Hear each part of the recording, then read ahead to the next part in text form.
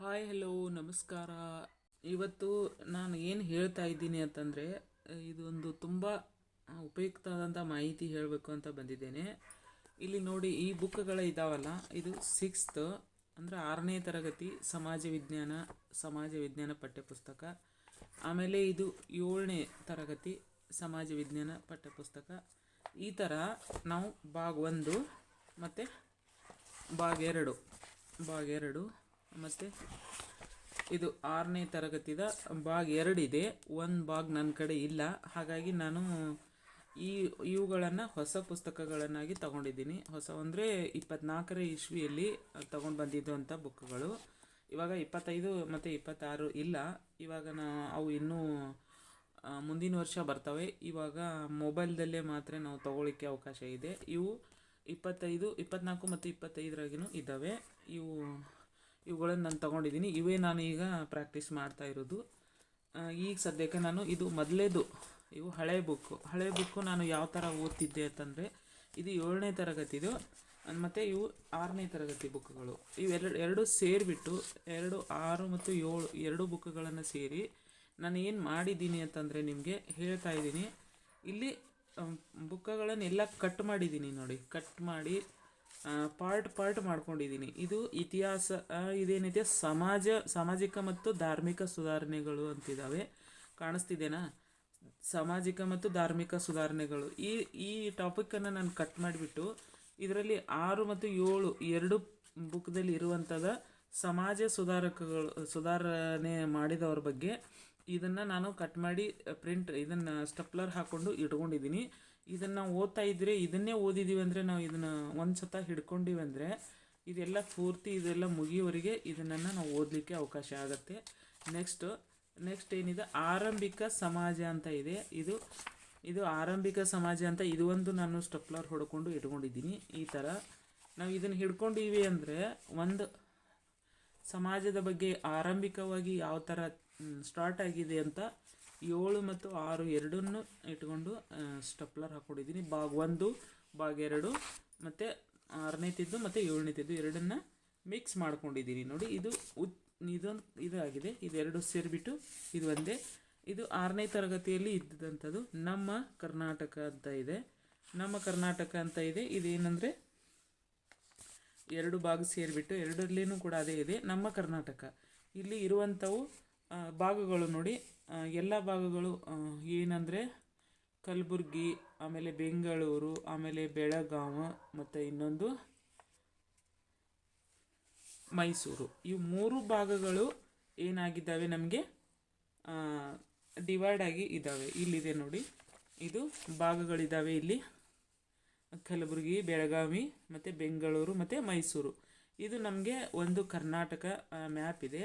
ಇಲ್ಲಿ ನಮಗೆ ಕಲಬುರಗಿಯಲ್ಲಿ ಯಾವ್ಯಾವ ಜಿಲ್ಲೆಗಳಿದ್ದಾವೆ ಮತ್ತು ಬೆಳಗಾವಿಯಲ್ಲಿ ಯಾವ್ಯಾವ ಜಿಲ್ಲೆಗಳಿದ್ದಾವೆ, ಆಮೇಲೆ ನಮಗೆ ಬೆಂಗಳೂರಲ್ಲಿ ಯಾವ್ಯಾವ ಜಿಲ್ಲೆಗಳಿದ್ದಾವೆ ಮತ್ತು ಮೈಸೂರಲ್ಲಿ ಕೂಡ ಯಾವ್ಯಾವ ಜಿಲ್ಲೆಗಳಿದ್ದಾವೆ, ಇದೆಲ್ಲ ಕೂಡ ನಮಗೆ ಈ ಮ್ಯಾಪಲ್ಲೇ ಇದೆ.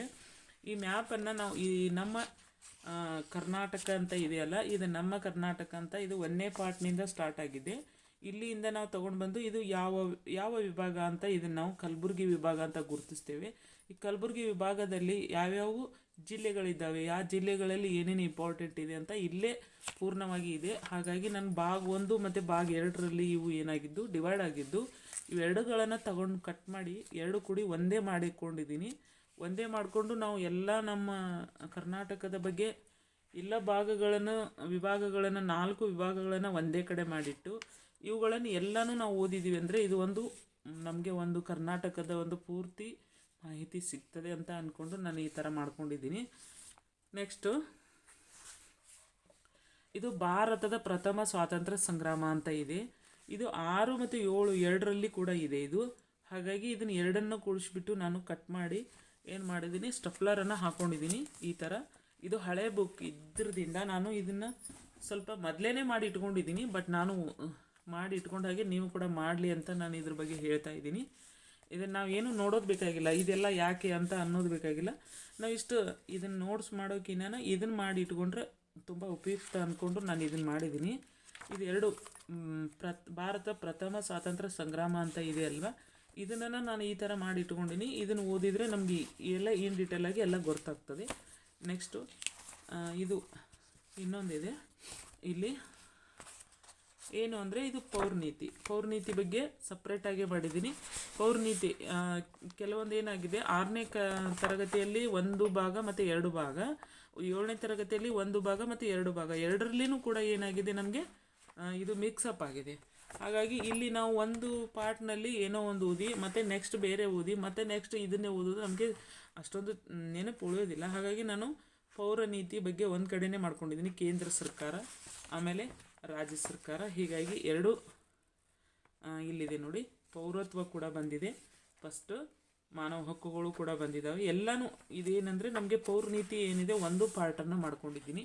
ಹೀಗಾಗಿ ನಮಗೆ ಓದಲಿಕ್ಕೆ ನಾನು ಇದನ್ನು ಸುಮ್ಮನೆ ಇದು 7ನೇ ತರಗತಿ ಅಂತ ಕಾಣಿಸ್ತಿದೆ ನಿಮಗೆ, ಆದರೆ ನನಗೆ ಈ ಥರ ಇದ್ದಂಥ ನಾನು ಇದನ್ನೊಂದು ಎಲ್ಲ ಬುಕ್ಗಳನ್ನು ಕಟ್ ಮಾಡಿದ್ದೆ. ಹಾಗಾಗಿ ನಾನು ಎಲ್ಲಕ್ಕೂ ಒಂದು ಸ್ಟೆಪ್ಲರ್ ಹಾಕಿ ಇಡಬೇಕು ಅಂದ್ಕೊಂಡಿದ್ದೆ, ಆದರೂ ನನಗೆ ಮತ್ತೆ ಮಾಡಲಿಕ್ಕೆ ಆಗಿಲ್ಲ, ಹಾಗೆ ಇಟ್ಟಿದ್ದೀನಿ. ಇದಕ್ಕೊಂದೇ ಹಾಕಿದ್ದೀನಿ, ಅವಕ್ಕೆಲ್ಲ ಹಾಕಿಲ್ಲ.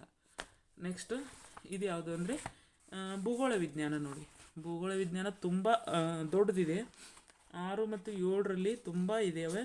ಹಾಗಾಗಿ ನಾನು ಇದನ್ನು ಒಂದು ಕಡೆ ಮಾಡಿದ್ದೀನಿ. ಫಸ್ಟ್ ನಾವು ಭಾರತ ಪ್ರಾಕೃತಿಕ ವಿಭಾಗಗಳು ಅಂತ ಫಸ್ಟ್ ಹಾಕ್ಕೊಂಡು, ನೆಕ್ಸ್ಟು ಭಾರತ, ಆಮೇಲೆ ಕರ್ನಾಟಕ, ಹೀಗೆ ಎಲ್ಲ ಥರ ಇದೆ. ಫಸ್ಟ್ ಒಂದು ಏನಂದರೆ ನಮಗೆ ಇಲ್ಲೇ ಭಾರತ ಪ್ರಾಕೃತಿಕ ವಿಭಾಗಗಳವಾಗ 6ನೇ ಕ್ಲಾಸ್ನಲ್ಲಿ ಏನಿದ್ದಾವೆ ಅಂದರೆ 6 ಖಂಡಗಳಿದ್ದಾವೆ. ನಿಮಗೆ ಗೊತ್ತಿದೇನೋ ಅಥವಾ ಇಲ್ಲೋ ಗೊತ್ತಿಲ್ಲ, 6 ಖಂಡಗಳಿದೆ. ನಮ್ಮ ಭೌಗೋಳಿಕ ಲಕ್ಷಣಗಳು ಕೂಡ ಇದೆ ಮತ್ತು ಖಂಡಗಳು ಇದ್ದಾವೆ. 1 ಮತ್ತು 2 ಒಂದೇ ಭಾಗ 1 ಮತ್ತು ಭಾಗ 2 ಎರಡಕ್ಕೂ ಸೇರಿಬಿಟ್ಟು ಏನಾಗಿದ್ದಾವೆ ನಮಗೆ ಖಂಡಗಳು ಬಂದಿದ್ದಾವೆ. ಹಾಗಾಗಿ ನಮಗೆ ಖಂಡಗಳನ್ನು ಎಲ್ಲ ನಾವು ಕರೆಕ್ಟಾಗಿ ಈ ಭೌಗೋಳಿಕ ಲಕ್ಷಣಗಳನ್ನು ಕೂಡ ನೋಡಿಕೊಂಡು, ಈ ಖಂಡಗಳನ್ನು ಕೂಡ ಎಲ್ಲ ನೋಡಿಕೊಂಡು, ಇದೆಲ್ಲ ನಾವು ನೋಡಿಕೊಂಡು ಓದಿದರೆ ನಮಗೆ ಈಸಿಯಾಗಿ ನೆನಪಿಡಲಿಕ್ಕೆ ಆಗ್ತದೆ. 1 by 1 ಓದ್ತಾ ಹೋಗಬೇಕು. ಅದು ಬಿಟ್ಟು ನಾವು ಇವತ್ತೊಂದು ನಾವು ಈಗ ಒಂದು ಪಾಠ ಭೌಗೋಳಿಕ ಲಕ್ಷಣ ಬಗ್ಗೆ ಓದಿದ್ದೀವಿ ಅಂತ ಅರ್ಥ ಮಾಡ್ಕೊಳ್ಳಿ. ಆಮೇಲೆ ಅದು ಬಿಟ್ಟು ಮತ್ತು ಬೇರೆ ಏನೋ ಖಂಡಗಳ ಬಗ್ಗೆ ಓದಿ ಮತ್ತೆ ವಾಪಸ್ ಬಂದು ನಾವು ಮತ್ತೆ ವಿಭಾಗಗಳ ಬಗ್ಗೆ ಮತ್ತೆ ಓದಲಿಕ್ಕೆ ಹೋದರೆ ಅದು ಬರೋದಿಲ್ಲ. ಹಾಗಾಗಿ ನಾವು ಏನು ಒಂದು ಓದ್ತಾ ಹೋಗ್ತೇವಲ್ಲ ಅದನ್ನೇನ ನಾವು ಮುಂದುವರಿಸಿದ್ರೇ ನಮಗೆ ಚೆನ್ನಾಗಿ ನೆನಪು ಉಳಿತಿದೆ ಅಂತ ನನ್ನ ಮೈಂಡಲ್ಲಿ ನಾನು ಅಂದ್ಕೊಂಡು ಈ ಥರ ಮಾಡಿ ಇಟ್ಕೊಂಡಿದ್ದೀನಿ. ಬಟ್ ಇನ್ನು ನಾನು ಸ್ಟಡಿ ಮಾಡಲಿಕ್ಕೆ ತುಂಬ ಟೈಮ್ ಇದೆ. ಹಾಗಾಗಿ ಇದು ನಾನು ಮಾಡಿರೋದು ತುಂಬ ದಿನದ ಹಿಂದೆಯೇ ಹಳೆ ಬುಕ್ಗಳು ನನಗೆ ಎಕ್ಸ್ಟ್ರಾ ಇದ್ದವು. ಹಾಗಾಗಿ ಇವುಗಳನ್ನು ನಾನು ಇಟ್ಕೊಂಡಿದ್ದೀನಿ. ಬಟ್ ನಾನು ಇದನ್ನು ಯಾಕೆ ಇಟ್ಕೊಂಡಿದ್ದೀನಿ ಅಂದರೆ ಇವು ನನ್ನ ಕಡೆ ಯಾಕೆ ಬಂದಿದ್ವು ಅಂದರೆ, ನಾನು ಈ ಗೆಸ್ಟ್ ಟೀಚರಾಗಿ ವರ್ಕ್ ಮಾಡೋ ಟೈಮಲ್ಲಿ ನಾನು ಇದನ್ನ ಪಾಠನೇ ನಾನೇ ಮಾಡಿದ್ದು. ಹಾಗಾಗಿ ನನಗಿದೆಲ್ಲ ಮನನ ಆಗಿದೆ. ಅಲ್ಲಿ ನನಗೆ ಅನ್ನಿಸ್ತಿತ್ತು ಮಕ್ಕಳಿಗೆ ಹೇಳಬೇಕಾದ್ರೆ ತುಂಬ ಕನ್ಫ್ಯೂಸ್ ಆಗ್ತಿದ್ದು ಮಕ್ಕಳು. ಹಾಗಾಗಿ ನಾನು ಈ ಥರ ಡಿವೈಡ್ ಮಾಡ್ಕೊಂಡಿದ್ದೀನಿ. ಆದರೆ ಮಕ್ಕಳಿಗೆ ಹೇಳೋ ಟೈಮಲ್ಲಿ ನಾನು 1 by 1 ಹೇಳ್ತಿದ್ದೆ ಮಕ್ಕಳಿಗೆ. ಹಾಗಾಗಿ ನನಗಿದ್ರ ತುಂಬ ಇದರದ ಅನುಭವ ಇದ್ರದಿಂದ ನಾನು ಇದನ್ನು ಹೇಳಿದ್ದೀನಿ. ಬಟ್ ಇವಾಗ ಇದು ಮುಗೀತು, 6 ಮತ್ತು 7 ಇಟ್ಟು ಮರ್ಜ್ ಮಾಡಿ ಇಟ್ಕೊಂಡಿದ್ದೀನಿ. ನೆಕ್ಸ್ಟ್ ಇದ್ದಾವೆ. ಇವಾಗ ನಾನು ಹೊಸ ರೀಸೆಂಟಾಗಿ ಬುಕ್ಗಳನ್ನು ತೊಗೊಂಡಿದ್ದೀನಿ.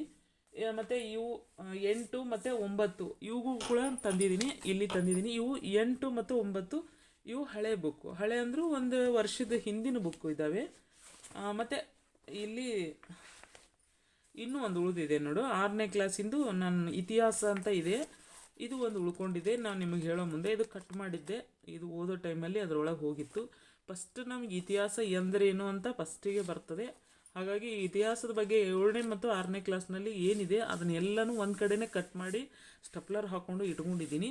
ಹಾಗಾಗಿ ಇದೇನಾಗ್ತದೆ, ನಮಗೆ ಓದಲಿಕ್ಕೆ ಕೂತ್ರೆ ಇತಿಹಾಸದ ಬಗ್ಗೆ ಪೂರ್ತಿ ಮುಗ್ದೇ ಬಿಡ್ತದೆ. ಹಾಗಾಗಿ ಇದು ಒಂದು ಕೂಡ ಪಾರ್ಟ್ ಮಾಡ್ಕೊಂಡಿದ್ದೀನಿ. ಇಲ್ಲಿ ನೆಕ್ಸ್ಟ್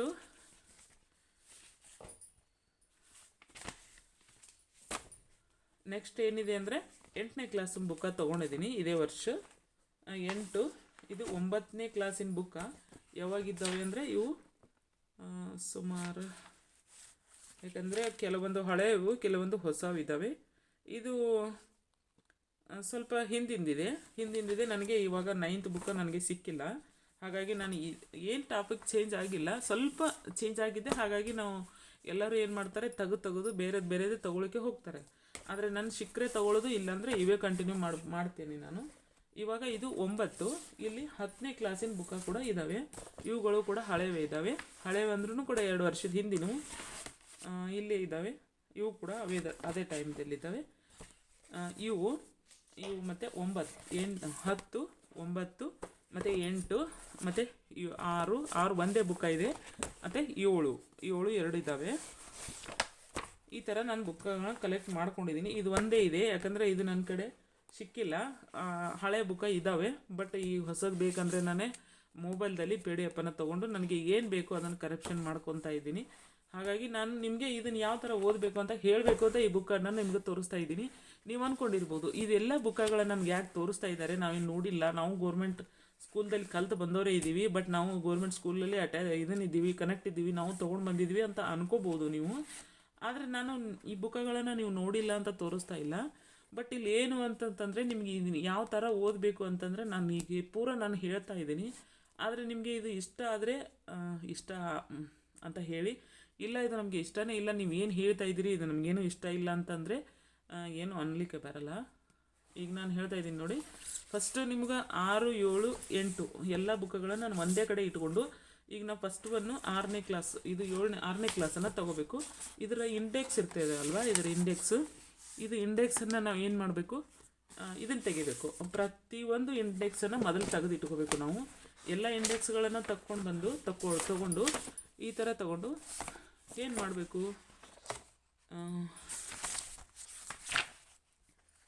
ಎಲ್ಲ ಬುಕ್ಗಳನ್ನು ತಗೋಬೇಕು ಅಂತ ಹೇಳಿದ್ದೀನಿ ನಾನು ನಿಮಗೆ. 1-2 ಮುದ್ರೆ ನಿಮ್ಮ ಮುಂದೆ ತೋರಿಸ್ತಾ ಇದ್ದೀನಿ.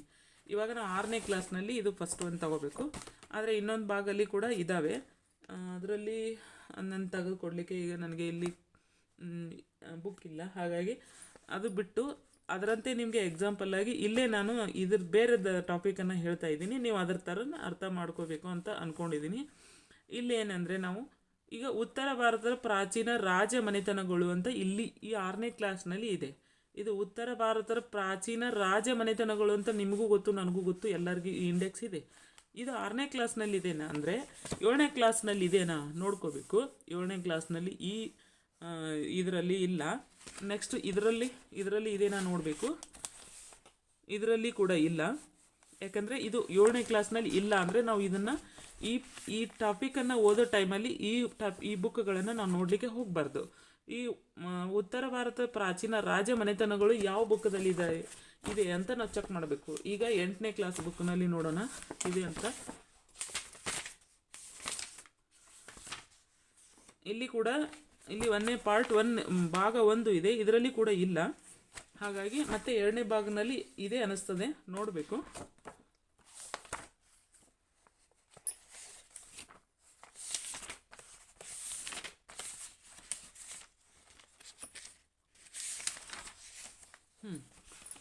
ಇಲ್ಲಿ ಇದೆ, ಇಲ್ಲಿ 18ನೇ ಪಾರ್ಟು ಇದೆನಾ, ಕಾಣಿಸ್ತಿದೆನಾ? ಇಲ್ಲಿ 18ನೇ ಪಾರ್ಟು ಏನಿದೆ ಅಂದರೆ ದಕ್ಷಿಣ ಭಾರತದ ರಾಜವಂಶಗಳು ಅಂತ ಇದೆ. ಶಾತವಾಹನರು, ಕದಂಬರು, ಗಂಗರು ಇದ್ದಾರೆ ಕೆಳಗೆ. ಮತ್ತೊಂದು ಪಾರ್ಟ್ನಲ್ಲಿ ಬಾದಾಮಿಯ ಚಾಲುಕ್ಯರು ಮತ್ತು ಕಂಚಿಯ ಪಲ್ಲವರು ಅಂತಿದ್ದಾರೆ. ನಮಗೆ ದಕ್ಷಿಣ ಭಾರತದ ರಾಜವಂಶಗಳು ಅಂತ ಕೇಳಿದ್ದಾರೆ. ಹಾಗಾಗಿ ನಾವು ಈ 3 ಜನಗಳನ್ನು ತಗೋಬೋದು, 3 ವಂಶಗಳು. ಮತ್ತು ಇದನ್ನು ಕೂಡ ಅದರಲ್ಲಿ ಇದ್ದಾವೆ, 6 ವಂಶಗಳು ಕೂಡ ಇದ್ದಾವೆ. ಬಟ್ ಅಲ್ಲಿ 6ನೇ ಕ್ಲಾಸ್ನಲ್ಲಿ ಏನಿದೆ ಅಂತ ನಾವು ತಿಳ್ಕೊಂಡ್ರೆ, ಇಲ್ಲಿ ಮನೆತನಗಳು ಅಂತ ಏನಿದ್ದಾರೆ, ಈ ಮನೆತನಗಳು ಮತ್ತು ಈ ಮನೆತನಗಳು, ಇದು ಉತ್ತರ ಭಾರತ ಇದೆ, ಇದು ದಕ್ಷಿಣ ಭಾರತ ಇದೆ. ಈ ಉತ್ತರ ದಕ್ಷಿಣ ಏನು ಡಿಫ್ರೆನ್ಸ್ ಇದೆ, ಇದು ಫಸ್ಟ್ ನಾವು ದಕ್ಷಿಣ ಭಾರತ ತಗೊಂಡ್ರೆ ಉತ್ತರ ಭಾರತ ತಾನೇ ತಿಳಿತದೆ. ಹಾಗಾಗಿ ನಾವು ಇದನ್ನು ಮರ್ಜ್ ಮಾಡಿಬಿಟ್ಟು ಇದಕ್ಕೆ ಏನು ಸಮಸ್ಯೆ ಇದೆ, ಇದಕ್ಕೆ ಏನು ಸಮಸ್ಯೆ ಇದೆ, ಇದನ್ನ ಎರಡನ್ನು ನಾವು ತಿಳ್ಕೊಬೇಕಾಗ್ತದೆ. ಇದು 1ನೇ ಭಾಗದಲ್ಲಿ 2ನೇ ಭಾಗದಲ್ಲಿ ಇದು ಉತ್ತರ ಭಾರತ ಇದೆ, 1ನೇ ಭಾಗದಲ್ಲಿ ದಕ್ಷಿಣ ಭಾರತ ಇರ್ಬೋದು ಅಂದ್ಕೊಂಡಿದ್ದೀನಿ. ಬಟ್ ನಾನು ನೋಡಿದ್ದೀನಿ ಕೂಡ, ಇದೆ ಅನ್ನಿಸ್ತದೆ. ಅಲ್ಲಿ ಅದು ಇದೆ, ಅದರದ್ದೇ ಇದು ಇದೆ. ಇಲ್ಲಿ ಉತ್ತರ ಭಾರತ ಇದೆ, ಇಲ್ಲಿ ದಕ್ಷಿಣ ಭಾರತ ಅಂತ ತಿಳ್ಕೊಂಡು ಇಲ್ಲಿ ಉತ್ತರ ಭಾರತನ ನಾವು ತಿಳ್ಕೊಬೇಕು. ಯಾಕಂದರೆ ಇದನ್ನು ನಾವು ರಿಲೇಟೆಡ್ ಮಾಡಿ ನೋಡಿದರೆ ಇದರೊಳಗೆ ಯಾವ ಮನೆತನಗಳಿದಾವೆ, ಇದ್ರಾಗ ಯಾವ ಮನೆತನಗಳಿದಾವೆ, ಎರಡನ್ನು ನಾವು ತಿಳ್ಕೊಂಡ್ಬಿಟ್ರೆ ನಮ್ಗೆ ಎಲ್ಲಿ ಮರು ಆಗೋದಿಲ್ಲ ನೋಡಿ. ಆ ಥರ ಇದರಂತಲೇ ಇಲ್ಲಿ ನಮಗೆ ಮತ್ತೆ 9 10 ಕೂಡ ಇದ್ದಾವೆ. ಇದೇ ಥರ ಚೆಕ್ ಮಾಡಬೇಕು ನೋಡಿ, ಓಕೆನಾ? ಇದೇ ಥರ ನಾವು ಇಲ್ಲಿ ಏನಿದೆ ಅಂತ ನೋಡಬೇಕು. ಈ ಪಾಠ ಫಸ್ಟಿಗೆ ನಾವು ಈ ಥರ ತಗೊಂಡ್ರೆ 9 10 ಒಟ್ಟು ಎಲ್ಲಿಂದನ 6ನೇ ಕ್ಲಾಸ್ನಿಂದ 10ನೇ ಕ್ಲಾಸ್ವರೆಗೆ ನಮಗೆ ಒಂದು ಟಾಪಿಕನ್ನು ತಗೊಂಡಿದ್ದೀವಿ ಅಂದರೆ ಆ ಟಾಪಿಕನ್ನು ಎಲ್ಲ ಬುಕ್ಗಳಲ್ಲಿ ಇದೇನಾ, ಇದ್ದರೆ ಅದನ್ನೇ ನಾವು ಕಂಟಿನ್ಯೂ ಮಾಡಿ 4-5 ಬುಕ್ಗಳಲ್ಲಿ ಇದ್ದಿದ್ದನ್ನು ನಾವು ಚೆಂದಾಗಿ ಓದಿ ಒಂದು ದಿನ 2 ದಿನ 3 ದಿನ ಅಥವಾ ನೀವು 4 ದಿನ ಟೈಮ್ ತೊಗೊಂಡು ಬಿಟ್ಟು ಓದಿ ಅದರಲ್ಲಿ ನಿಮಗೆ ಬಂದದ್ದನ್ನು ಬಿಡಬೇಕು. ನೀವೇನು ಬರೀಲಿಕ್ಕೆ ಹೋಗ್ಬೇಡಿ. ಯಾವುದು ನಿಮಗೆ ಬರೋದಿಲ್ಲ, ಯಾವುದು ನಿಮಗೆ ಟಫ್ ಆಗ್ತದೆ, ಆ ಟಫ್ ಆಗುವಂಥ ವಿಷಯ ಯಾವುದು ನಿಮಗೆ ಬರೋದಿಲ್ಲಲ್ಲ ಆ ವಿಷಯಗಳನ್ನು ಏನು ಮಾಡಬೇಕು, ಒಂದು ನೋಟ್ಬುಕ್ಕನ್ನು ತೊಗೊಂಡು ಅದನ್ನು ಏನು ಮಾಡಬೇಕು, ನೀವು ಬರೆದು ಇಟ್ಕೊಂಡು ಬಂದಿದ್ದು ಯಾಕಂದರೆ ವಾಪಸ್ ಬಂದಿದ್ದು ಯಾಕೆ ಓದಬೇಕು ಹೇಳಿ, ಬಂದಿದ್ದನ್ನು ಬಿಟ್ಟು ಬಿಡಬೇಕು. ಯಾಕಂದ್ರೆ ನಾವು ಒಂದು ಸಲ ಬುಕ್ಗಳನ್ನು ನೋಡಿದ್ದೀವಿ ಅಂದರೆ ನಮ್ಮ ಮನಸ್ಸಿಗೆ ಮುಗಿದಾಗೆ ಆಗಿರ್ತದೆ. ಯಾಕಂದ್ರೆ ಬಂದಿದ್ದಂಥ ವಿಷಯ ಎಲ್ಲ ಬಂದಂಗೆ ಅನಿಸ್ತದೆ. ಬರಲಾರ್ದಂಥ ವಿಷಯವನ್ನು ನಾವು ಏನು ಮಾಡಿರ್ತೀವಿ, ಅಲ್ಲೇ ಓದ್ದಂಗೆ ಆಗಿರ್ತದೆ, ಮರ್ತು ಬಿಟ್ಟಿರ್ತೀವಿ. ಹಾಗಾಗಿ ಎಲ್ಲ ಬುಕ್ಗಳನ್ನು ಓದಿ, ಎಲ್ಲ ಬುಕ್ಗಳಲ್ಲಿ ಒಂದೇ ಟಾಪಿಕ್ ಇರ್ತದೆ. ಆ ಟಾಪಿಕನ್ನು ನಾವು ಚಲೋತಂಗೆ ಓದಿ ಅದರಲ್ಲಿ ಇರ್ತಕ್ಕಂತಹ ಮೇನ್ ಪಾಯಿಂಟ್ಸ್ಗಳು ನಮಗೆ ಯಾವ ಬರ್ತಾವಲ್ಲ ಅದನ್ನ ಅಲ್ಲೇ ರೈಟ್ ಮಾಡಿಬಿಟ್ಟು ಬರದೇ ಇರುವಂಥ ಪಾಯಿಂಟ್ಸ್ಗಳನ್ನು ನಾವು ಪಾಯಿಂಟ್ಸ್ ಮಾಡ್ಕೊಂಡ್ಬಿಡ್ಬೇಕು. ಮತ್ತು ಯಾವ ಥರ ನಮಗೆ ಕ್ವಶನ್ ಕೇಳ್ತಾರೋ, ಯಾವ ಥರ ಕ್ವಶನ್ ಇದರಲ್ಲಿ ಮಾಡಬಹುದು, ಹಿಂದೆ ಯಾವ ಕ್ವಶನನ್ನು ಆಲ್ರೆಡಿ ನಮಗೆ ಕ್ವಶನ್ಗಳು ಬಂದು ಹೋಗಿರ್ತವೆ. ಈ ಥರ ಕೇಳಿದ್ರಲ್ಲ ಇದರಲ್ಲಿ, ಇನ್ನು ಮುಂದೆ ಏನೋ ಇದನ್ನು ಕೇಳ್ಬೋದಲ್ಲ ಆ ಥರ ಅಂದ್ಕೊಂಡು ನಾವು ಏನು ಮಾಡಬೇಕು, ಅದನ್ನು ನಾವು ಬರೆದಿಟ್ಕೊಂಡು ನಾವು ಓದಲಿಕ್ಕೆ ಸ್ಟಾರ್ಟ್ ಮಾಡಬೇಕು. ಮತ್ತು ಓದ್ತಾ ಬುಕ್ಕ ಬಿಡಬಾರ್ದು, ಬುಕ್ಕ ಓದ್ತಾನೆ ಇರಬೇಕು.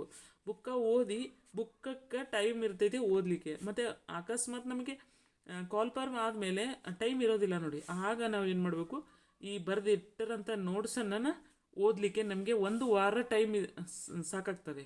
ಯಾಕಂದರೆ ಎಲ್ಲ ಆಲ್ರೆಡಿ ಬುಕ್ಗಳನ್ನೆಲ್ಲ ನಾವು ತಿರುವಿ ಹಾಕಿ ಓದಿ ಬರೆದಿಟ್ಟಿರ್ತೀವಿ. ಅದಕ್ಕೆ ನಾವು ಒಂದು ವಾರ ಬೇಡ, ನಮಗೆ ಲಾಸ್ಟ್ ದಿನವೇ ನಾವು ಕಣ್ಣಾಸಿದುಕೊಂಡು ಹೋದ್ರೂ ಕೂಡ ನಮಗೆ ಅದು ಉಪಯೋಗಕ್ಕೆ ಬರ್ತದೆ. ಇಷ್ಟು ನಾನು ಹೇಳಬಲ್ಲೆ. ಅಂದರೆ ನಾನು ಕೂಡ ಇಲ್ಲಿವರೆಗೆ ನಾನು ಏನು ಮಾಡಿದ್ದೀನಿ ಅಂದರೆ, ನಾನು ಕೂಡ ಒಂದು ಗೃಹಿಣಿ, ಮತ್ತು ನಾನು ಸುಮಾರು 6-8 ವರ್ಷ ನಾನು ಗೆಸ್ಟ್ ಟೀಚರಾಗಿ ವರ್ಕ್ ಮಾಡಿದ್ದೀನಿ. ಹಾಗಾಗಿ ನನಗೆ ಓದಲಿಕ್ಕೆ ಒಂದು ಟೈಮ್ ಅಂತ ಕೊಟ್ಟಿಲ್ಲ ನಾನು ಓದಲಿಕ್ಕೆ. ಯಾಕಂದರೆ ನಂದು DED ಆಗಿರೋದು, DED ಮತ್ತು BA ಆಗಿದೆ.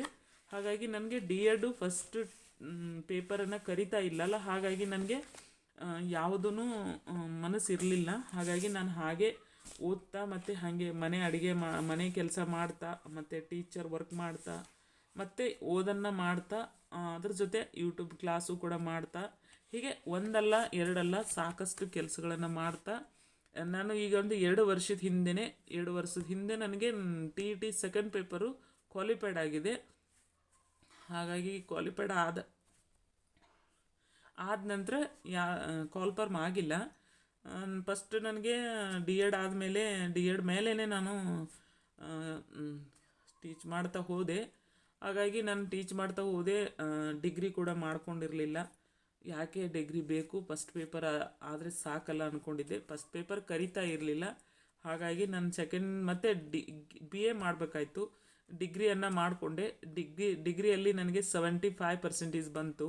ಯಾಕೆಂದರೆ ಕೆಲಸ ಮಾಡ್ತಾನೆ ನಾನು ಎಕ್ಸಾಮ್ ಅಟೆಂಡ್ ಮಾಡಿಕೊಂಡೆ. ಹಾಗಾಗಿ ಅಲ್ಲಿ ಕೂಡ ಮಾಡಿಕೊಂಡು ಏನೋ ಇರಲಿ ಅಂತ ಮಾಡಿದೆ. ಆಮೇಲೆ TET ಅಟೆಂಡ್ ಆದೆ. TET ಅಟೆಂಡ್ ಆದರೆ 2 ವರ್ಷ ಹಿಂದೆ 23ರಲ್ಲಿ ನನಗೆ ಕ್ವಾಲಿಫೈಡ್ ಆಯಿತು.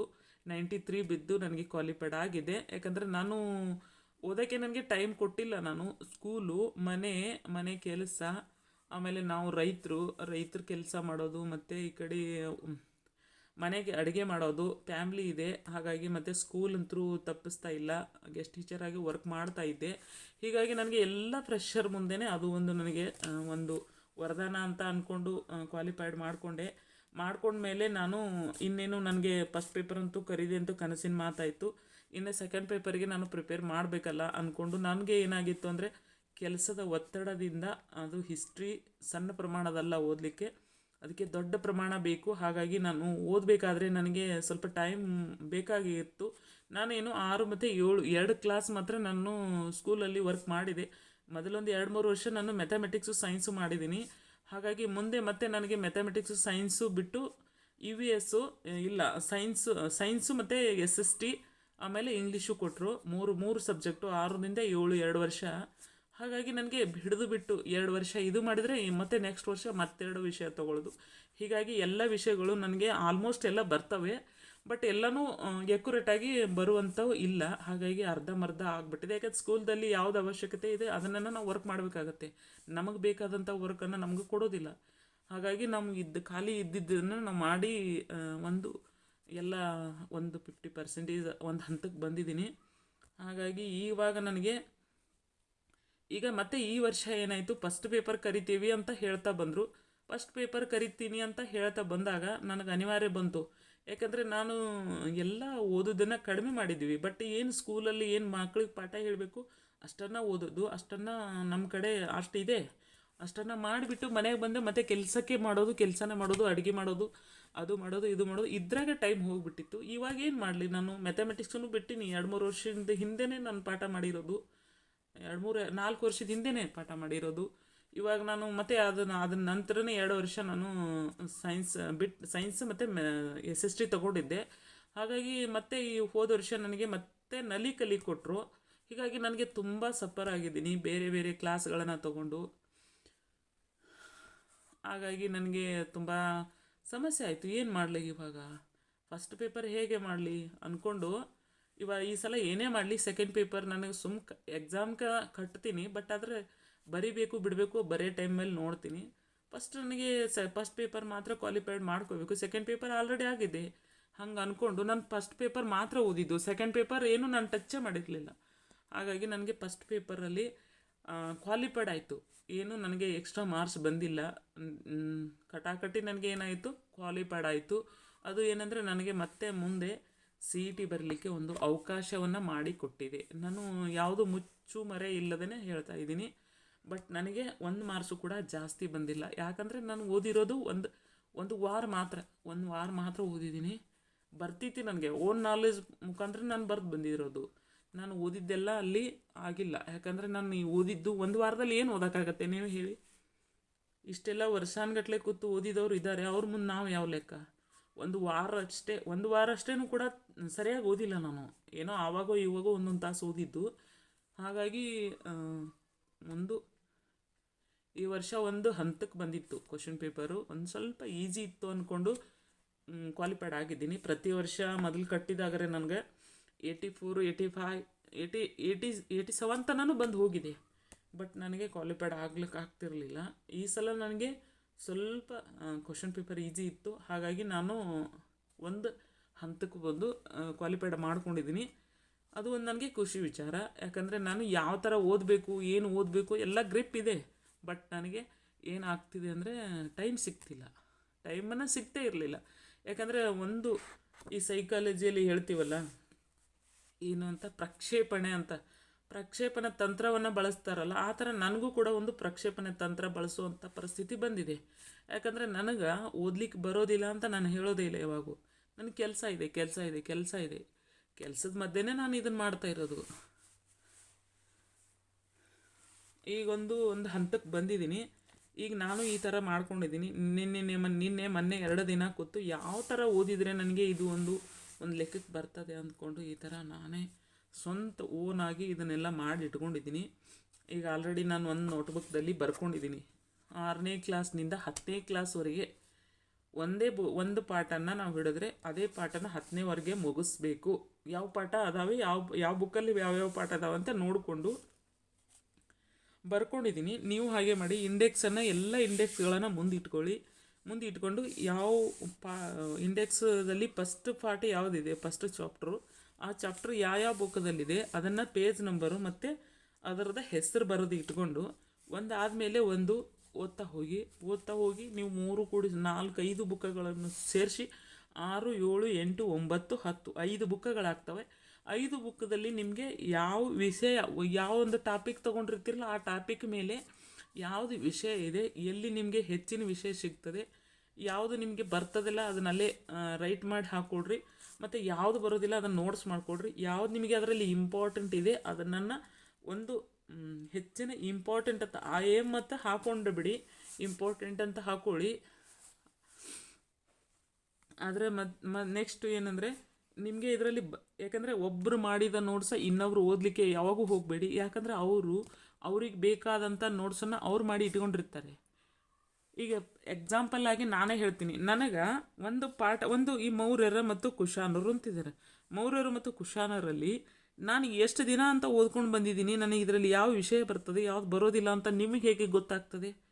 ಅಥವಾ ನೀವೇ ಇದನ್ನು ಓದಿದ್ದೀರಾ ಅಂದ್ಕೊಳ್ಳಿ, ಇನ್ನೊಬ್ಬರು ನಿಮ್ಮ ಫ್ರೆಂಡು ನೀವು ನೋಟ್ಸ್ ಬರೆದಿದ್ದನ್ನು ನನಗೆ ಕೊಡಿ ಅಂತ ಕೇಳ್ತಾರೆ. ಆದರೆ ನಿಮಗೆ ಬರ್ತಕ್ಕಂಥದ್ದನ್ನು ಬಿಟ್ಟು ಯಾವುದು ಬರೋದಿಲ್ಲಲ್ಲ ಅದನ್ನು ಮಾತ್ರ ನೀವು ಬರ್ಕೊಂಡಿರ್ತೀರಿ. ಅದನ್ನು ಬೇರೆದವ್ರಿಗೆ ಕೊಟ್ಟರೆ ಅವರು ಯಾವ ಥರ ಓದ್ತಾರೆ? ಹಾಗಾಗಿ ಬೇರೆದವರು ಯಾವ ನೋಟ್ಸನ್ನು ನೀವು ನೋಡಲಿಕ್ಕೆ ಹೋಗಬೇಡಿ. ನೋಡಿ ಹೇಗಂದರೆ ಅವರು ಎಲ್ಲ ಒಂದು ಹಿಡ್ದ ಲಾಸ್ಟ್ವರೆಗೂ ಬರೆದಿದ್ರೆ ಮಾತ್ರ ನೋಡಿ. ಯಾಕಂದರೆ ಒಂದು ಹಿಡ್ದ ಲಾಸ್ಟ್ವರೆಗೆ ಯಾರೂ ಬರೀಲಿಕ್ಕೆ ಆಗೋದಿಲ್ಲ. ಈಗ ನೀವೇ ಕೂತ್ಕೊಂಡು ನೋಡಿ, ಒಂದೇ ಒಂದು ಚಾಪ್ಟ್ರನ್ನು ನೀವು ತೊಗೊಳ್ರಿ, 5 ಬುಕ್ಕದಲ್ಲಿ ಅದೇ ಚಾಪ್ಟ್ರ್ ಇರ್ತದೆ ರಿವಿಷನ್. ಆ 5 ಬುಕ್ಗಳಲ್ಲಿ ನೀವು ಓದಿರೋಂಥ ಚಾಪ್ಟ್ರ್ ಅದರಲ್ಲಿ ಎಷ್ಟು ಕ್ವಶನ್ ಆಗ್ಬೋದು ನೀವು.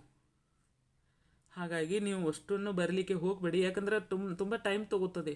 ಟೈಮ್ ಇಲ್ಲ ಇವಾಗ ಜನವರಿ ತಿಂಗಳಲ್ಲಿ ಅವರು ಕಾಲ್ಫರ್ ಮಾಡಿದರೆ ಎಷ್ಟು ದಿನ ಟೈಮ್ ಸಿಗ್ತದೆ ನೀವೇ ಹೇಳಿ ನಮಗೆ? ಎಕ್ಸಾಮ್ ಬರಲಿಕ್ಕೆ ಕೇವಲ 2 ತಿಂಗಳು ಮಾತ್ರ ಸಿಗ್ತದೆ. 2 ತಿಂಗಳಲ್ಲಿ ಏನಂತ ಓದ್ತೀರ ನೀವು? ಹಾಗಾಗಿ ಓದಕ್ಕೆ ಟೈಮ್ ಸಿಗ್ತದೆ, ಬರೀಲಿಕ್ಕೆ ಟೈಮ್ ಸಿಗೋದಿಲ್ಲ. ಈಗ ನೀವು ಒಂದೇ ಈ ಮೌರ್ಯರು ಮತ್ತು ಕುಶಾನರು ಇದ್ರ ಬಗ್ಗೆ 5ನೇ 6ನೇ ಕ್ಲಾಸ್ನಿಂದ 10ನೇ ಕ್ಲಾಸ್ನವರೆಗೂ ಇವರು ಯಾವ ಬುಕ್ನಲ್ಲಿ ಇದ್ದಾರೆ ಇವ್ರ ಬಗ್ಗೆ ಡೀಟೇಲ್ ಆಗಿ ನೋಡಿಬಿಟ್ಟು ಇವ್ರ ಬಗ್ಗೆ ನಮಗೆ ಓದಲಿಕ್ಕೆ ಎಷ್ಟಾಗತ್ತೆ? 5 ಬುಕ್ಕದಲ್ಲಿ ತೊಗೊಂಡ್ರು 5 ಬುಕ್ಕದಲ್ಲಿ ಇದ್ದಾರೆ ಅಂತ ಅಂದ್ಕೊಳ್ಳೋಣ. 5 ಬುಕ್ಕದಲ್ಲಿ ಇದ್ರೂ ಕೂಡ 5 ಏನಾಗ್ತವೆ? ಚಾಪ್ಟರ್ ಆಗ್ತವೆ. 5 ಚಾಪ್ಟರ್ಗಳನ್ನು ನಾವು ಒಂದೇ ದಿನದಲ್ಲಿ ಮುಗಿಸಬಹುದು. ಯಾಕಂದರೆ ಒಂದು ಸಲ ಇವ್ರ ಬಗ್ಗೆ ನಾವು ಓದ್ಕೊಂಡಿರ್ತೀವಿ, ಅದನ್ನೇ ರಿವಿಷನ್ ಮಾಡ್ದಂಗೆ ಆಗ್ತದೆ, ಅದನ್ನೇ ನಾವು ಫಾಲೋ ಮಾಡ್ದಂಗೆ ಆಗ್ತದೆ. ಅದರಲ್ಲಿ ಇರೋವಂಥ ಕ್ವಶನ್ಗಳನ್ನು ವಾಪಸ್ ಬಂದಿದ್ದರಿಂದ ನಾವು ಮನನ ಮಾಡ್ಕೊತೀವಿ. ಒಂದು ದಿನದಲ್ಲಿ ಈ ವಿಷಯನ ಓದಿ ಇದರಲ್ಲಿ ಆಲ್ರೆಡಿ ಗೊತ್ತಿರ್ತವೆ. ಆ ಗೊತ್ತಿರುವಂತಕ್ಕನ ಅಲ್ಲೇ ಬಿಟ್ಬಿಡೋದು. ಗೊತ್ತು ಇರೋದಿಲ್ಲಲ್ಲ, ಆ ಗೊತ್ತು ಇರಲಾರ್ದಂಥ ಕ್ವಶನ್ಗಳನ್ನು ಮಾಡಿಕೊಂಡು ಅದಕ್ಕೆ ಆನ್ಸರ್ಗಳನ್ನು ಬರೆದು ಇಟ್ಕೊಂಡು ಅದನ್ನು ರಿವಿಷನ್ ಮಾಡ್ತಾ ಹೋಗಬೇಕು. ಹೀಗಾಗಿ ಡೈಲಿ ನಾವು ಏನು ಮಾಡಬೇಕು? ಒಂದು ಬುಕ್ಕದಲ್ಲಿ ಕನಿಷ್ಠ ಅಂದರೂ 15ರಿಂದ 20 ಪಾಠಗಳಿರ್ತವೆ. ಇದೇ ಬುಕ್ದಲ್ಲಿ ತೊಗೊಳ್ಳೋಣ. ಈಗ ಎಕ್ಸಾಂಪಲ್ ಆಗಿ ಇದು 8ನೇ ಅಲ್ವಾ? 8ನೇಗೆ 30 ಚಾಪ್ಟರ್ ಇದ್ದಾವೆ, ಫಸ್ಟು ಮತ್ತು ಸೆಕೆಂಡು ಸೇರಿ. ಈ 30ನ್ನೇ ತಿಳ್ಕೊಳ್ಳೋಣ ನಾವು. ಈ 30 ಮತ್ತು ಆಲ್ರೌಂಡ್ ಎಲ್ಲ ಬುಕ್ಕದಲ್ಲಿ ಇದೇ ಇರ್ತದೆ. ಈ 30 ಅಂತ ತಿಳ್ಕೊಳ್ಳೋಣ. ಯಾಕಂದರೆ ಒಂದು ಚಾಪ್ಟ್ರ್ ಒಂದು ಬುಕ್ಕದಲ್ಲಿ ಇದಿತ್ತು ಅಂದರೆ ನೆಕ್ಸ್ಟ್ ಇದೇ ಬುಕ್ದಲ್ಲಿ ಬೇರೆ ಬುಕ್ದಲ್ಲಿ ಇದೇ ಇರ್ತದೆ. ಈ ಥರ ನಮಗೆ 30 ಚಾಪ್ಟ್ರ್ ಬಂದ ಹಾಗೆ ಆಗ್ತದೆ, ಹೌದಲ್ವಾ? ಈ 30 ಚಾಪ್ಟರ್ಗಳನ್ನು ನಾವು 30 ದಿನದಲ್ಲಿ ಮುಗಿಸ್ಬಿಡೋದು. ನಾನು ಹೇಳಿದ ಅರ್ಥ ಆಗಿದೆ ಅಂದ್ಕೊಂಡಿದ್ದೀನಿ. 30 ಚಾಪ್ಟರ್ಗಳು 30 ದಿನದಲ್ಲೇ ಮುಗಿಸ್ಬಿಡೋದು. ಒಂದು ದಿನಕ್ಕೆ ಒಂದು ಚಾಪ್ಟ್ರ್ ಓದಬೇಕು. ಒಂದು ಚಾಪ್ಟ್ರು ಯಾವ ಬುಕ್ಕದಲ್ಲಿ ಇದೆ, ಒಂದೇ ಬುಕ್ಕದಲ್ಲೆಲ್ಲ ಎಲ್ಲ ಬುಕ್ಗಳಲ್ಲಿ ತಗೊಂಡು ಬಂದರೆ ಒಂದೇ ಸಿಗ್ತದೆ ನಮಗೆ. ಈಗ ಮೌರ್ಯರ ಬಗ್ಗೆ ತೊಗೊಂಡಿದ್ದೀವಿ ಅಂದರೆ 6, 7, 8, 9, 10 ಅಷ್ಟರಲ್ಲಿ ಇವ್ರನ್ನ ಹುಡುಕಿಬಿಡೋದು. ಹುಡುಕಿದ್ದೀವಿ ಅಂದರೆ ಇದರಲ್ಲಿ ಇದೊಂದು ಮುಗೀತು, ಕ್ಲೋಸ್ ಆಯಿತು. ಎಲ್ಲ ಬುಕ್ಗಳು ಸೇರಿಬಿಟ್ಟು ಕ್ಲೋಸ್ ಆಯಿತು. ನೆಕ್ಸ್ಟ್ ಗುಪ್ತರು ಹಾಗೂ ವರ್ಧನರು ಯಾವ ಬುಕ್ಕದಲ್ಲಿ ಇದ್ದಾರೆ ಅವ್ರನ್ನೆಲ್ಲ ತೊಗೊಂಡು ಬಂದು ಇದರಲ್ಲೇ ಹಾಕ್ಕೊಂಡು ಓದಿ ಮುಗಿಸ್ಬಿಡೋದು. ಈಗ ದಕ್ಷಿಣ ಭಾರತದ ಹೇಳಿದ್ನಲ್ಲ, ಇದನ್ನು ಕೂಡ ಅದೇ ಥರ ಮಾಡೋದು. ಈ ಬಾದಾಮಿ ಚಾಲುಕ್ಯರು ಮತ್ತು ಕಂಚೇಪಲ್ಲವರು ಈ ಬೇರೆ ಬೇರೆ ಬುಕ್ಕದಲ್ಲಿ ಹೋದರೂ ಕೂಡ ಇವರೇ ಇರ್ತಾರೆ. ಇದನ್ನು ಬಿಟ್ಟು ಬೇರೆ ಏನೂ ಇರೋಂಗಿಲ್ಲ. ಸ್ವಲ್ಪ ಒಂದು ಬುಕ್ಕದಲ್ಲಿ ಕಡಿಮೆ ಇರ್ತದೆ, ಇನ್ನೊಂದು ಬುಕ್ಕದಲ್ಲಿ ಜಾಸ್ತಿ ಇರ್ತದೆ. ಹಾಗಾಗಿ ಈ ಅಷ್ಟುಗಳನ್ನು ನಾವು ನೋಡಿಬಿಟ್ಟು ಓದಿಕೊಂಡು ನಮಗೆ ಬೇಕಾದಂಥದ್ದನ್ನು ಬರೆದಿಟ್ಕೊಂಡ್ರೆ ತುಂಬ ಈಸಿ ಆಗ್ತದೆ. ಇದು ನನ್ನ ಅನಿಸಿಕೆ, ನನಗೆ ಯಾರೂ ಹೇಳಿಕೊಟ್ಟಿಲ್ಲ. ಯಾಕಂದರೆ ಈ ಥರ ಮಾಡಿದರೆ ನನಗೆ ಹೆಲ್ಪ್ ಆಗ್ತದೆ ಅಂತ ನನ್ನ ಮೈಂಡಲ್ಲಿ ನಾನೇ ಓದ್ಕೊಂಡಿದ್ದೀನಿ. ಹಾಗಾಗಿ ನೀವು ಓದ್ಕೋಬೇಕು. ಯಾಕಂದರೆ ಇದು ನಮಗೆ GPSTRಗೆ ಇದೆ ಮತ್ತು PSTRಗೆ ಇಲ್ಲ ಅಂತ ಅಂದ್ಕೋಬೇಡಿ. PSTR ಇರಲಿ GPSTR ಇರಲಿ, ಇದು ಎರಡಕ್ಕೂ ಯೂಸ್ ಆಗೋಂಥ ಈ ವಿಷಯ ಏನು 6ರಿಂದ 10ನೇ ತರಗತಿ ಒಳಗೆ. ನೀವು ಇಷ್ಟೆಲ್ಲ ಕೇಳೋದಿಲ್ಲ PSTಗೆ ಅಂತ ಅಂದ್ಕೋಬೇಡಿ. GKನೂ ಇರ್ತದೆ, ಆಮೇಲೆ ಒಂದು ಸಮಾಜ ಮತ್ತು ವಿಜ್ಞಾನ 2 ಸೇರಿಸ್ಬಿಟ್ಟಿರ್ತದೆ. ಅಲ್ಲಿ ಕೂಡ ನಮಗೆ ಇದರದ್ದು ಕ್ವಶನ್ ತುಂಬ ಬರ್ತವೆ. ಮತ್ತು ನೀವು ಏನೇ ಮಾಡಿರಿ, ಇದು PSTಗೂ ಕೂಡ ಹೆಲ್ಪ್ ಆಗ್ತದೆ. GPSTಗಂತೂ ಕಂಪಲ್ಸರಿ ಬೇಕೇ ಬೇಕು. ಆಮೇಲೆ PST HSTR ಮಾಡ್ತೀನಿ ಅಂದರೂ ಕೂಡ ಕಂಪಲ್ಸರಿ ಬೇಕು. ಹಾಗಾಗಿ ನೀವು ಯಾವುದೇ ಸಬ್ಜೆಕ್ಟ್ ಯಾವುದೇ ಒಂದು ಇದನ್ನು ಓದಿರಿ, ಕಾಂಪಿಟೇಟಿವ್ ಎಕ್ಸಾಮನ್ನು ಓದಿರಿ, ಅದು ಎಲ್ಲ ಓದಿದ್ರು ಎಲ್ಲರಿಗೂ ಇದೇ ಥರ ಮಾಡಬೇಕು ಅಂತ ನನ್ನ ಒಂದು ಅನಿಸಿಕೆ ಇದೆ. ಎಲ್ಲರೂ ಇದನ್ನೇ ಮಾಡಿರಿ. ಈ ಸದ್ಯಕ್ಕೆ ಬೇರೆ ಯಾವುದೋ ಒಂದು FDA SDA ಮತ್ತು ಏನೋ ಒಂದು ಬೇರೆ ಓದ್ತೀನಿ ಅಂತ ಅಂದ್ಕೊತೀರಿ, ಬೇರೆ ಓದಿದ್ದಕ್ಕೆಲ್ಲ ಈ ಥರ ಮಾಡಬಾರ್ದು ಅಂತ ಏನಿಲ್ಲವಲ್ಲ. ಯಾವುದಾದ್ರೂ ಕಾಂಪಿಟೇಟಿವ್ ಎಕ್ಸಾಮ್ ಅಲ್ವಾ. ಹಾಗಾಗಿ ನೀವು ಎಲ್ಲನೂ ಇದನ್ನೇ ಓದಿ, ನಾನು ಹೇಳಿರುವಂಥ ವಿಷಯನ ಫಾಲೋ ಮಾಡಿ. ಏನೋ ನಿಮಗೆ ಈ ಬುಕ್ಗಳು ಜಾಸ್ತಿ ಇದ್ದು ಅಂದರೆ, ನಿಮ್ಮ ಕಡೆ ಇವು ಎಕ್ಸ್ಟ್ರಾ ಇದ್ದು ಅಂದರೆ ಇನ್ನೊಂದು ಕೆಲಸ ಮಾಡಿ, ನೀವು ಇದನ್ನೆಲ್ಲ ಬುಕ್ಗಳನ್ನು ಉಚ್ಚಿಬಿಡಿ. ಅಂದರೆ ನಿಮಗೆ ಎಕ್ಸ್ಟ್ರಾ ಇದ್ದರೆ, ಯಾಕಂದರೆ ಹಳೆ ಬುಕ್ಕ ಮತ್ತು ಹೊಸ ಬುಕ್ಗಳನ್ನು ಉಚ್ಲಿಕ್ಕೆ ಹೋಗಬೇಡಿ. ಯಾಕಂದರೆ ಅದೊಂದು ಪಾಪದ ಕೆಲಸ. ನಾವು ಓದಲಿಕ್ಕೆ ತೊಗೊಂಡು ಬಂದಿರೋಂಥ ಬುಕ್ಗಳನ್ನು ಯಾವಾಗೋ ಹಾಳು ಮಾಡಲಿಕ್ಕೆ ಹೋಗಬಾರ್ದು. ನಮ್ಮದು ಒಂದು ಏನೋ ಒಂದು ಹಾಳಾಗ್ಬೋದು, ಅದ್ರ ಬುಕ್ಗಳನ್ನು ಯಾವಾಗೋ ಹಾಳು ಮಾಡುವಂಥ ಮನಸ್ಸು ಇರಬಾರ್ದು. ಯಾಕಂದರೆ ತುಂಬ ನಮ್ಮ ವಸ್ತುಗಳನ್ನು ಕಾಪಾಡೋಕ್ಕಿಂತ ಜಾಸ್ತಿ ಇವಕ್ಕೆ ನಾವು ಜಾಸ್ತಿ ಇದನ್ನು ಕೊಡಬೇಕು, ಇಂಪಾರ್ಟೆಂಟ್ ಕೊಟ್ಟು ನಾವು ಇತರುಗಳನ್ನು ಕಾಪಾಡ್ಕೊಂಡು ಹೋದರೆ ಅದು ನಮ್ಮನ್ನು ಕಾಪಾಡ್ಕೊಂಡು ಹೋಗ್ತದೆ. ಹಾಗಾಗಿ ಹೊಸ ಬುಕ್ಗಳನ್ನು ಯಾರು ಕಟ್ ಮಾಡಲಿಕ್ಕೆ ಹೋಗಬೇಡಿ, ಹರಿಲಿಕ್ಕೆ ಹೋಗಬೇಡಿ. ಹಳೆಯ ಬುಕ್ಗಳನ್ನು ತಗೊಂಡು ಏನು ಮಾಡಿ, ನೀವು ನಾನು ಹೇಳಿರುವಂಥ ಟಾಪಿಕ್ಗಳನ್ನು ತಕ್ಕೊಂಡು ಕಟ್ ಮಾಡಿ ಒಂದು ಸ್ಟಪ್ಲರ್ ಹಾಕ್ಕೊಂಡು ಅದಕ್ಕೊಂದು ಕವರ್ ಹಾಕಿ ಇದು ಒಂದು ಇಂಥ ಚಾಪ್ಟರ್ ಇದೆ ಅಂತ ಬರೆದು ಇಟ್ಕೊಂಡು ಅದರಲ್ಲಿ ನಿಮಗೆ ಯಾವುದು ಇಂಪಾರ್ಟೆಂಟ್ ಇದೆ ಅದನ್ನು ನೀವು ಹೈಲೈಟ್ ಮಾಡಿ ಇಟ್ಕೊಂಡು ಓದ್ತಾ ಹೋಗಿ. ಯಾಕೆಂದರೆ ನೋಟ್ಸ್ ಮಾಡಲಿಕ್ಕೆ ಆಗಲಿಲ್ಲ ಅಂದರೆ ನೀವು ಹೊಸ ಬುಕ್ನಲ್ಲಿ ಮಾಡಬೇಡಿ, ಹಳೆಯ ಬುಕ್ನಲ್ಲಿ ಒಂದು ಹೈಲೈಟ್ ಮಾಡಿ ನೋಟ್ಸ್ ಮಾಡಿದ ಹಾಗೆಯೇ ಏನೇ ಮಾಡಿದರೂ ಒಂದು ಪಾಠಕ್ಕೆ ತಗೊಂಡು ನೀವು ಈ ಹಳೆ ಬುಕ್ಗಳನ್ನು ಎಲ್ಲ ತಗೊಂಡು ಒಂದು ಕಡೆ ಸ್ಟೆಪ್ಲರ್ ಹೊಡ್ಕೊಂಡು ಎಲ್ಲಗಳನ್ನು ಅಂಡರ್ಲೈನ್ ಮಾಡಿ ಅಲ್ಲಿ ಹೈಲೈಟ್ ಮಾಡಿ ಒಂದು ತಕ್ಷಣ ತೆಗೆದ್ರುಪ್ಲೆ ಹೈಲೈಟ್ ಇದ್ದಿದ್ದನ್ನು ಮಾತ್ರ ಕಣ್ಣು ಹಾಸಿ ಉಳಿದಿದ್ದನ್ನು ನೀವು ಓದಲಿಕ್ಕೆ ಹೋಗಬೇಡಿ. ಉಳಿದಿದ್ದು ಓದಲಿಕ್ಕೆ ನಿಮಗೆ ಟೈಮ್ ಸಿಗೋದಿಲ್ಲ. ಹಾಗಾಗಿ ಹೈಲೈಟ್ ಎಲ್ಲ ಓದಿಬಿಟ್ಟು ಏನು ಮಾಡಿ, ನೀವು ಪ್ರತಿದಿನ ಪ್ರತಿ ವಾರ ನೀವೇನು ಮಾಡಬೇಕು, ರಿವಿಷನನ್ನು ಮಾಡ್ತಾ ಹೋಗ್ಬೇಕು. ಇವು ನಾನು ಹೊಸ ಬುಕ್ಗಳದಾವ, ನಾನು ಇವಕ್ಕೇನು ಮಾಡೋದಿಲ್ಲ. ಇವಕ್ಕೇನು ಮಾಡ್ತೀನಿ ಅಂದರೆ ಓದಿ ಇದ್ರ ಕೆಳಗಡೆ ಅಂಡರ್ಲೈನ್ ಮಾಡಿ ಇವುಗಳನ್ನು ಕಾಪಾಡ್ಕೊಂಡು ಹೋಗ್ತೀನಿ. ನೀವು ಕೂಡ ಅದೇ ಥರ ಮಾಡಿ. ಯಾಕಂದರೆ ಇವುಗಳು ಹಳೇವಿದ್ದಾವೆ, ಆದರೆ ಹಳೇವಿದ್ದರೂ ಕೂಡ ನನಗೆ ಹೊಸ ಬುಕ್ ನನ್ನ ಕಡೆ ಬಂದಿಲ್ಲ. ಹೊಸ ಬುಕ್ ಬಂದರೆ ಇವಕ್ಕೆ ಸ್ವಲ್ಪ ನಾನು ಏನಾದರೂ ಮಾಡ್ಬೋದು. ಯಾಕಂದರೆ ನನ್ನ ಹೊಸ ಬುಕ್ ಬರೋವರೆಗೆ ಇವೇ ನನ್ನ ಹೊಸ ಬುಕ್ಕು. ಹಾಗಾಗಿ ನಾನು ಇವಕ್ಕೂ ಕೂಡ ಏನೂ ಮಾಡೋದಿಲ್ಲ. ಮತ್ತು ಎಲ್ಲನೂ ಹಾಗೆ ಇವು ನನಗೆ 6 ಮತ್ತು 7 ನನಗೆ ಹೊಸ ಬುಕ್ ಸಿಕ್ಕಿದ್ದು. ಹಾಗಾಗಿ ನನಗೆ ಸಿಕ್ಕಿರೋ ಕಾರಣಕ್ಕಾಗಿ ನಾನು ಇವು ಹಳೆಯ ಅಂದರೂ ಕೂಡ ತುಂಬ ಹಳೆಯವಿದ್ದಾವೆ. ಈ ಥರ ನನಗೆ ಬುಕ್ಗಳು ನಾನು ಸ್ಕೂಲಿಗೆ ಹೋಗೋಗೋಸ್ಕರ ಈ ತುಂಬ ಬುಕ್ಗಳು ನನ್ನ ಕಡೆ ಬಂದಿದ್ದವು. ಹಾಗಾಗಿ 22ನೇ ಇಸ್ವಿಯಲ್ಲಿ ಇದ್ದಾವೆ. ಹಾಗಾಗಿ ಇವು ತುಂಬ ಹಳೆಯ ಬುಕ್ಗಳು ಇದ್ದರಿಂದ ನಾನು ಕಟ್ ಮಾಡಿದ್ದೀನಿ. ಇವು ಯಾರೂ ಇನ್ನು ನನಗೆ ಯೂಸ್ ಮಾಡಲಿಕ್ಕೆ ಕೇಳೋದಿಲ್ಲ. ಹಾಗಾಗಿ ಇವು ಡಸ್ಟ್ಬಿನ್ಗೆ ಒಗೆಯೋದೇನೈತೆ ಅಂತೇಳಿ ನಾನು ಈ ಥರ ಮಾಡಿಕೊಂಡು ಓದಲಿಕ್ಕೆ ಇಟ್ಕೊಂಡಿದ್ದೀನಿ. ನೀವು ಕೂಡ ಈ ಥರ ಹಳೆಯ ಬುಕ್ ಇದ್ದರೆ ಮಾಡ್ಕೊಳ್ಳಿ. ಹೊಸ ಬುಕ್ಗಳನ್ನು ಮಾಡಲಿಕ್ಕೆ ಹೋಗಬೇಡಿ. ಹೊಸ ಬುಕ್ಗಳು ನಿಮಗೆ ತುಂಬ ಇಂಪಾರ್ಟೆಂಟು. ಇವ್ರನ್ನ ಹರಿಲಿಕ್ಕೆ ಮತ್ತು ಇವ್ರನ್ನೇನು ಮಾಡಲಿಕ್ಕೆ ಹೋಗಬೇಡಿ. ಇದ್ರ ಕೆಳಗಡೆ ನೀವು ಅಂಡರ್ಲೈನ್ ಮಾಡ್ಕೊಳ್ಳಿ. ಅದು ಒಂದು ತುಂಬ ಇಂಪಾರ್ಟೆಂಟ್. ಅಂಡರ್ಲೈನ್ ಮಾಡಿ ಓದಿದರೆ ತುಂಬ ಉಪಯುಕ್ತ ಆಗ್ತದೆ. ಇಲ್ಲಿ ಒಂದು ನಾನು 8ನೇ ಬುಕ್ಕ ಒಂದು ಅಂಡರ್ಲೈನ್ ಓದ್ತಾ ಇದ್ದೆ. ಆ ಥರ ನೀವು ಮಾಡಿದ್ದೀನಿ ಕೂಡ. ಇದರದೊಂದು ಪಾಠ ಕೂಡ ಮಾಡಿ ಹಾಕಿದ್ದೀನಿ, ಇಲ್ಲಿ ಮಾಡಿದ್ದೀನಿ. ಈ ಥರ ಓದಿದ್ದೀನಿ. ಈ ಥರ ಓದಿ ನಾನು ಇದರದ್ದು ಅಂಡರ್ಲೈನ್ ಮಾಡಿದ್ದೀನಿ, ಬುಕ್ ಒಂದು ಪಾಠ ಹಾಕಿದ್ದೀನಿ. ಬಟ್ ನಾನು ಒಂದು ಚಳಿ ಭಾಳ ಆಗ್ತಿತ್ತು. ಚಳಿ ಆಗೋಗೋಸ್ಕರ ನಾನು ಏನು ಮಾಡಿದ್ದೀನಿ, ಮಾತು ಹೇಳಿದರೂ ಕೂಡ ಸರಿಯಾಗಿ ಬಂದಿಲ್ಲ. ಯಾಕಂದರೆ ಇವಾಗ ನೈಟಲ್ಲಿ ಡೇದಲ್ಲಿ ನನಗೆ ಕೆಲಸ ಜಾಸ್ತಿ ಇರ್ತದೆ. ನಮ್ಮ ಮನೆಯಲ್ಲಿ ರೈತರು, ಹಾಗಾಗಿ ನಮ್ಮ ಮನೆಯಲ್ಲಿ ಎಲ್ಲ ಕೆಲಸ ಇರ್ತವೆ. ನಾನು ಡೇದಲ್ಲಿ ಏನೂ ಒಂದು ಬುಕ್ಕನೇ ಮುಟ್ಟಲ್ಲ. ಡೇದಲ್ಲಿ ನನ್ನ ಕೆಲಸ ಏನೂ ಮಾಡೋದಿಲ್ಲ ನಾನು. ಹಾಗಾಗಿ ನೈಟಲ್ಲೇ ನನ್ನ ಕೆಲಸ ಏನೇ ಮಾಡಿದರೂ ನಾನು ಅಡುಗೆ ಮಾಡಿ ಊಟ ಮಾಡಿ 9-10 ನಂತರ ನಂದು ಏನೇ ಮಾಡಿದ್ರು ನಾನು ವರ್ಕ್ ಮಾಡೋದು. ಅಲ್ಲಿವರೆಗೆ ನಾನು ಯಾವಾಗೂ ಬುಕ್ಕೂ ಮುಟ್ಟಲ್ಲ, ಯಾವ ವರ್ಕು ಮಾಡಲ್ಲ. ನನ್ನ ಬುಕ್ ಇದೇ ಥರ ರಾಶಿ ಬಿದ್ದಿರ್ತದೆ, ನಾನು ಯಾವಾಗೂ ನೋಡೋಲ್ಲ. ನಾನು ಮಾಡೋದು ರಾತ್ರಿ 1-2-3 ಗಂಟೆ ಮಾತ್ರ ನನ್ನ ಟೈಮ್ ಸಿಕ್ಕರೆ ನೋಡ್ತಾ ಇದ್ದೀನಿ. ಹಾಗಾಗಿ ನಾನು ಇದನ್ನು ಮಾಡಿದ್ದೀನಿ, ಈ ಪಾಠವನ್ನು ಮಾಡಿದ್ದೀನಿ. ಬಟ್ ಯಾರೂ ನೋಡಿಲ್ಲ ಸರಿಯಾಗಿ, ಯಾಕಂದರೆ ಅದು ಸರಿಯಾಗಿಲ್ಲ. ನಾನು ರಾತ್ರಿ ಟೈಮಲ್ಲಿ ಚಳಿ ಇತ್ತು, ಸರಿಯಾಗಿ ಮಾಡಿಲ್ಲ. ಇವಾಗ ಚಳಿ ಇದೆ, ಈಗಾದರೂ ನೈಟ್ ಇದೆ. ನಾನು ಮಾತಾಡಿದ್ದು ಸರಿಯಾಗಿಲ್ಲ, ಯಾಕಂದರೆ ನನಗೆ ನಡುಗೆ ಬರ್ತಾ ಇದೆ, ಸ್ವಲ್ಪ ಧ್ವನಿ ಚೇಂಜಸ್ ಆಗ್ತಾ ಇದೆ ತಂಪು ಇರೋದ್ರಿಂದ.